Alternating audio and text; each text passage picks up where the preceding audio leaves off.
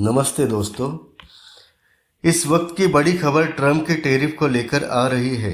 Trump के tariff पर France का बड़ा बयान सामने आया। ट्रंप टैरिफ पर पहली बार मैक्रो का बयान सामने आया है। 8 देशों पर ट्रंप ने टैरिफ लगाया था। मैक्रो की इस पर पहली प्रतिक्रिया सामने आई है। अमेरिका के राष्ट्रपति डोनाल्ड ट्रंप ने ग्रीनलैंड को पूरी तरह से अमेरिका में शामिल करने की मांग को लेकर एक बड़ा ऐलान किया है। उन्होंने डेनमार्क और अन्य यूरोपीय देशों पर टैरिफ लगाने की धमकी दी है। 8 देशों पर टैरिफ लगाने का ट्रंप ने ऐलान किया है। ट्रंप ने अपने सोशल मीडिया पोस्ट में कहा कि 1 फरवरी 2026 से Denmark, Norway, Sweden, France, Germany, United kingdom, Netherlands और फिनलैंड से अमेरिका आने वाली सभी सामानों पर 10% एक्स्ट्रा टैरिफ लगाया जाएगा। अगर कोई समझौता नहीं हुआ तो 1 जून 2026 से ये टैरिफ बढ़ाकर 25% तक कर दिया जाएगा। यह टैरिफ तब तक रहेगा जब तक ग्रीनलैंड की पूर्ण और समग्र खरीदे के लिए डील नहीं हो जाती। ट्रंप ने यह दावा किया कि ग्रीनलैंड अमेरिका की राष्ट्रीय सुरक्षा के लिए बेहद ज़रूरी है। उन्होंने कहा कि चीन और रूस भी इस आर्कटिक इलाके पर अपनी नज़र बनाए रखे हुए है और डेनमार्क इसे संभाल नहीं सकता। इसीलिए डेनमार्क पर हमें कब्जा करना होगा, ऐसा ट्रंप का दावा है। ट्रंप ने पुराने गोल्डन डोम जैसे मिसाइल डिफेंस सिस्टम तक का जिक्र किया और कहा कि ग्रीनलैंड के बिना यह सिस्टम पूरी तरह काम नहीं कर सकता। उन्होंने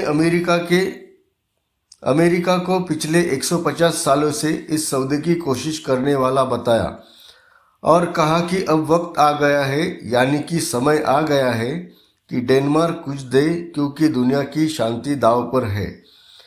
ट्रंप ने यह भी कहा कि हाल ही में इन यूरोपीय देशों के सैनिक ग्रीनलैंड पहुंचे हैं, जो एक खतरनाक खेल है और ग्रह की सुरक्षा के लिए जोखिम पैदा कर रहा है। इसी बात पर फ्रांस के राष्ट्रपति का बयान सामने आया। इमैनुअल मैक्रो ने ट्रंप की धमकी का सीधा जवाब दिया है। मैक्रो ने एक्स पर लिखा कि फ्रांस राष्ट्रों की संप्रभुता और स्वतंत्रता के लिए प्रतिबद्ध है।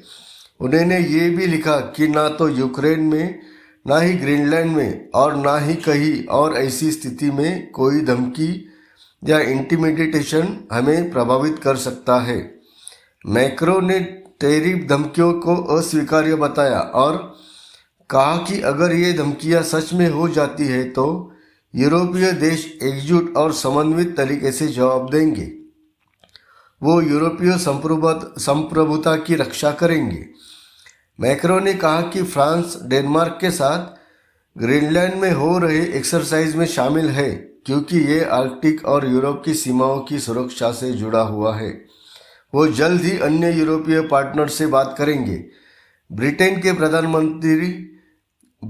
प्रधानमंत्री कीर स्टारमर ने इसे कम्प्लीटली रॉन्ग, यानी कि पूर्ण तरह से गलत बताया। उन्होंने कहा कि ग्रीनलैंड डेनमार्क का हिस्सा है और इसका भविष्य सिर्फ ग्रीनलैंड के लोगों और डेनमार्क के फैसले पर निर्भर है।